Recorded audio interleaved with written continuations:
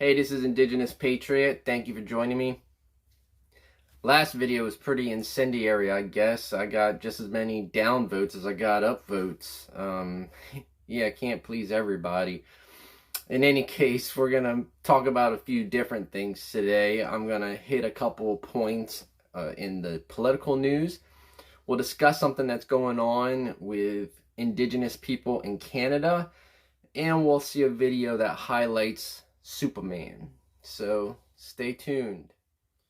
Masks in the United States are a hot topic. You have people that are for them because they believe that they are protecting their fellow countrymen from the possibility of being infected by COVID-19. And then you have another group that feels as though it infringes upon their personal liberties. I'm not going to go into that at the moment. What I am going to go into is a country that locked down early, has very few COVID cases for quite some time now, and probably because of that has just re-elected their incumbent. The country I'm talking about is New Zealand, and the incumbent is Jacinda Ardern. Okay, she's a 40-year-old woman, and they're saying that she may be historically able to form the first single-party government in decades in New Zealand, because currently her government shares, her party also shares with a nationalist party in New Zealand. What do they win? Labour is on track to win 64 out of 120 seats in the country's unicameral parliament, the highest by any party since New Zealand adopted a proportional voting system in 1996.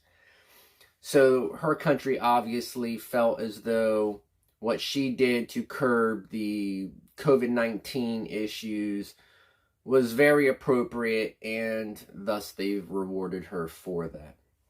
I'm very curious to see what's going to happen in the United States.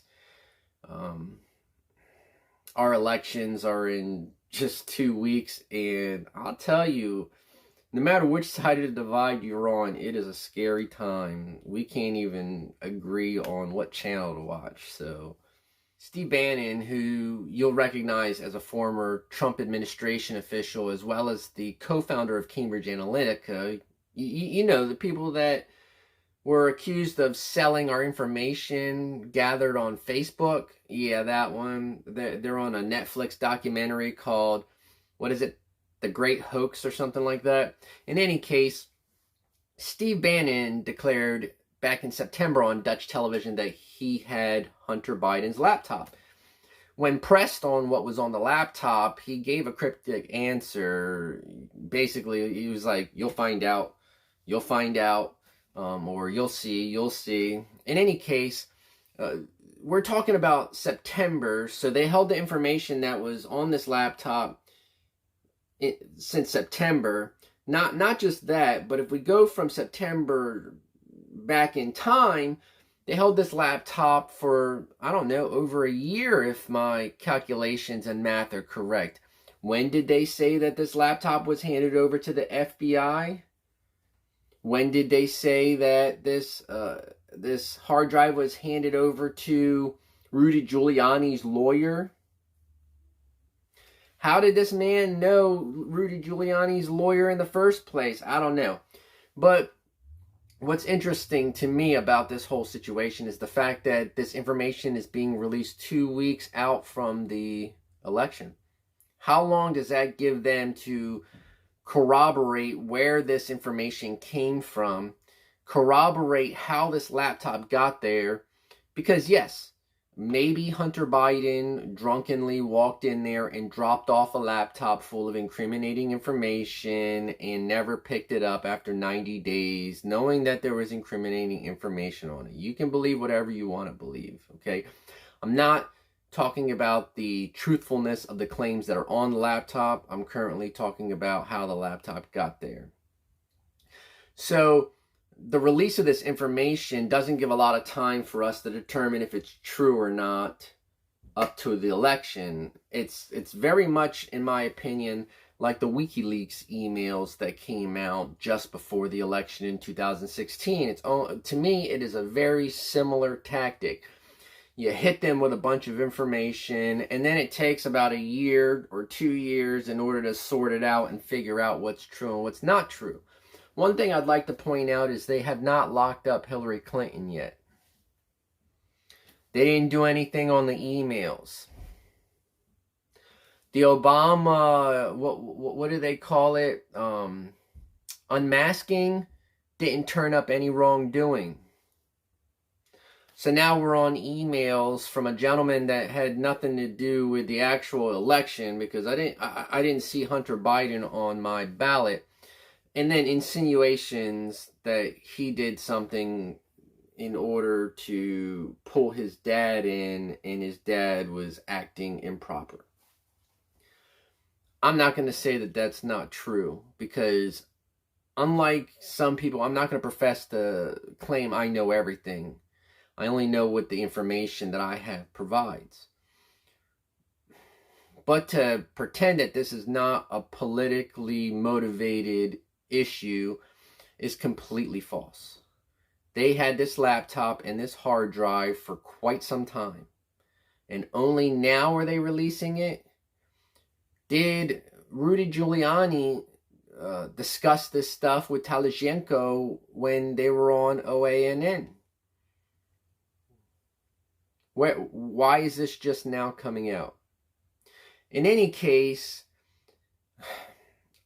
I'm wondering what the confidentiality issues on all of this are. The man that owned the laptop repair shop claims that a waiver was signed drunkenly or whatever. Can we compare the signatures? Anyway, that a waiver was signed saying that after 90 days, the laptop was going to be forfeit, it was going to be considered as abandoned. Does that give them the right to repossess the actual property? I don't know. I don't know what Delaware laws are in regards to abandoned property, and I don't know what kind of litigation could happen in regards to that. And if I want to be devil's advocate, I'm not really sure that if I was Hunter Biden, I would litigate to get back the laptop to begin with, because then that just proves that it's your laptop, okay?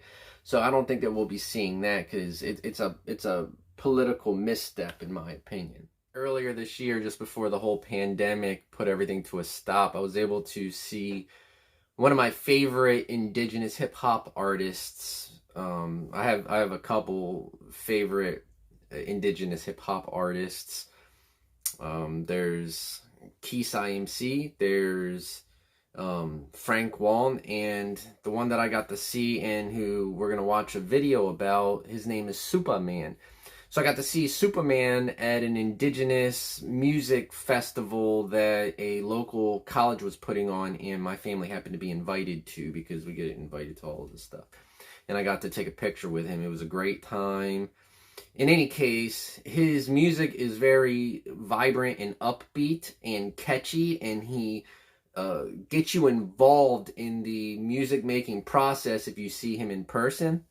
We're going to watch this video from Raleigh-Durham. It's 11 ABC News. I'm using the Ground News app as usual, so let's check it out. This is going to be about 5 minutes, so hopefully I have 5 minutes of your time in which to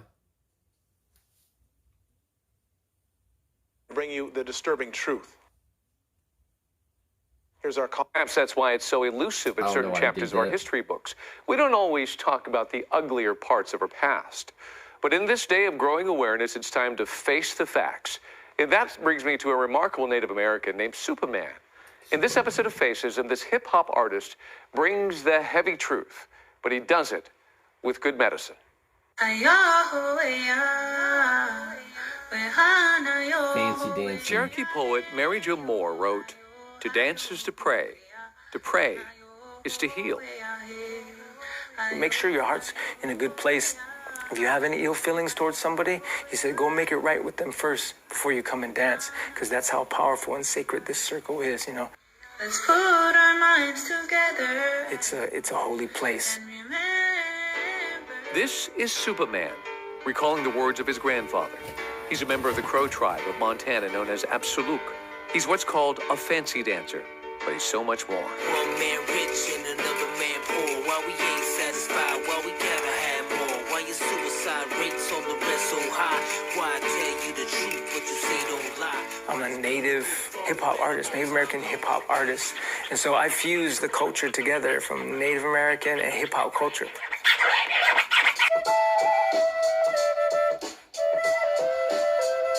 He uses his art to teach, delivering a message of truth, something he says has been ignored for too long.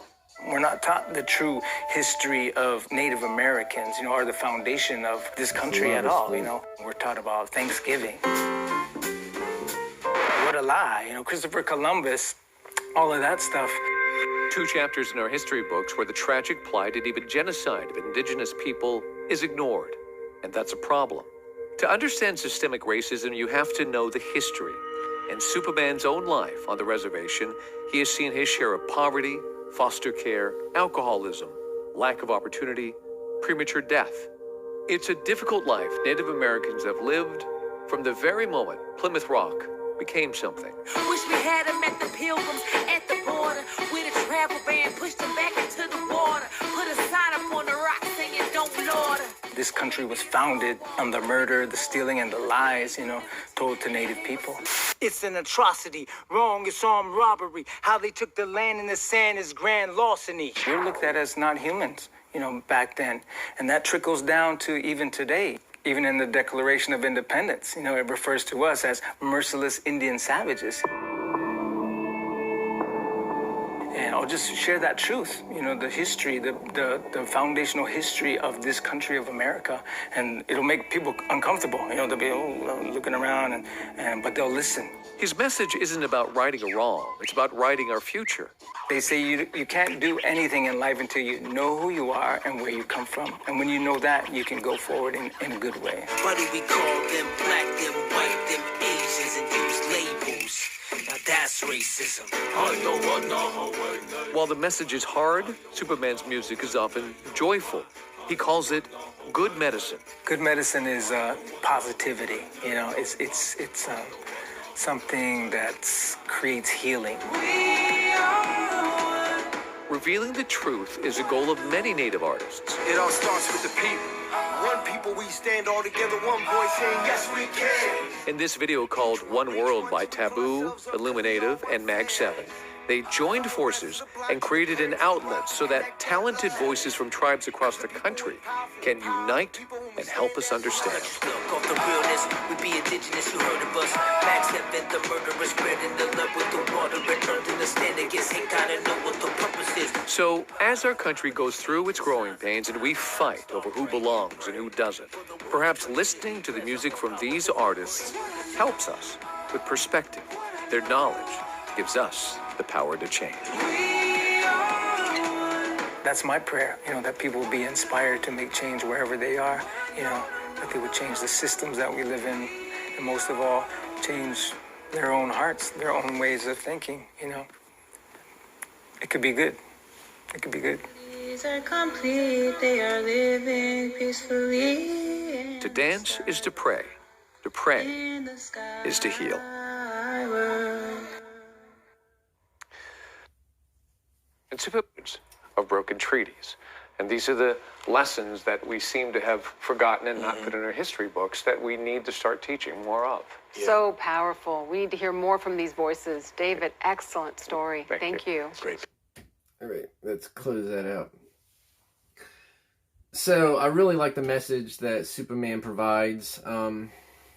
If you get a chance, check him out. He does some really good music. Some of his songs, what he does is he'll show you the evolution of it. So he might start his recorder and play the flute, okay, the lover's flute. Then he'll cut it off, put the flute down, start recording him going, anyway, and then he'll cut that off and he'll turn it on and he'll start singing or he'll start rapping, and then he meshes them all together into his song. So it's multiple sources that he does right in front of you, and it creates a catchy and good song that I personally enjoy. He has some albums on Spotify and other music sources, as well as a few music videos, as you've seen on YouTube. Check him out. Hope you enjoyed that. There's a heated dispute between commercial fishermen and the Mi'kmaq tribes up in Nova Scotia. I don't know why I pointed up, like they're actually up. Hey, what's up, Canada? In any case, this dispute centers around when and how they can sell their lobsters. So commercial fishermen are only allowed to fish or catch or whatever you want to call it, lobsters twice a year, and they need to sell those products in order to keep their livelihoods going throughout the year. It's very similar to hunting seasons that we have in the United States. The Mi'kmaq tribes, though, are given treaty rights. I don't want to say given. They have treaty rights that allow them to harvest these lobsters and sell them throughout the entirety of the year. These are treaty rights that have most recently been upheld in 1999. So this argument, this dispute has been going on for decades now. And recently, it's escalated into various forms of violence. You've had lobster pots overturned. You've had property damage. And Saturday night, a lobster pound that was being used by Mi'kmaq people was burnt to the ground. The individual that's accused of doing the burning is currently in critical condition. Both sides of this disagreement have asked the government to step in and be arbiters for it to resolve the situation. When are you going to do that? Okay, we've seen indigenous and colonizer groups go at one another for centuries now. We know that it's only a matter of time until things like this turn into physical violence, especially because both sides of the divide here have they have anxieties and fears and things as economies are lower than usual. I'm sure internationally things like lobster can't be doing great because there's a lot of people that are out of work. So when is the government actually going to take the advice of both peoples and come in and say, look, this is what needs to happen? The people in Canada, the people in Nova Scotia need to have peace just like the rest of us. Okay, this has to be put to bed. I want to see my cousins. The Mi'kmaq peoples are also an Eastern Woodland tribe traditionally. Okay. So we have a lot in common between my tribe and their tribe, including generally the Macro-Algonquin language base. But I digress. I want to see both sides of this divide get what they need. There's always compromise in a community. But most of all, I want to see them honor their treaties. That's what I've been calling for here in the United States, and that's what I'm calling for the Mi'kmaq people. Yes, these commercial fishermen need something that allows them to get by. Maybe some kind of deal could be worked out between the two peoples, but it has to be something that does not violate already put in place treaties. If you have the ability to look into this, I'm going to put a link down below that'll kind of give you a couple articles that, you can read and see what's going on. Maybe we can put a little pressure on the Canadian government to say, hey, we need to step in and we need to do something about this. So if you can, share, talk about it, discuss it. If you've watched this far, thank you. Touched on a few topics. I really hope that you check out Supaman, check out Frank Wallen, check out Keys IMC. I'll be discussing their music in future videos. Let me know what your favorite song is. Let me know how much you enjoy them. And if you have artists that you want to suggest to me, then please do. I don't just listen to indigenous hip-hop. I listen to other types of music too, like Eulalie and Robbie Robertson and all that. So leave me a comment down below with your thoughts and your suggestions. I really appreciate that. Again, I'm going to leave articles down below discussing the incidents that are happening up in Nova Scotia. If you can bring attention to that, I would really appreciate it. They need all the attention that they can get in order to affect change. This is an incendiary issue that is only going to conflagrate if we don't get some action on it.